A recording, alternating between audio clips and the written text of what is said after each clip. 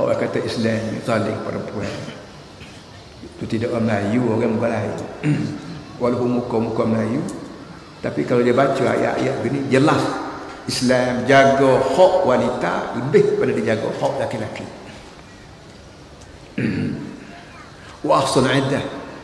Lepas pada time nak cerai tu mesti time waktu perempuan tu bersih apa ni, bersih daripada darah bulanan, dan kena bilai pula iddah.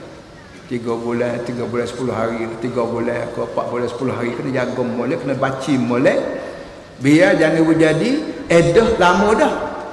Tapi orang dia dok kata bini aku lagi, kawan ni nak belaki lain tak boleh kerana ganggu dia kata tak habis lagi, tak habis gua nak tak bila molek berapa hari berapa bulan berapa minggu dah habis molek sama ada mau nak rajak ketika dalam iddah. Bila habis iddah nak rajak juga tak boleh, mungkin nak menikah semula pula, cari piti semula, makai semula, lembu semula yang rasa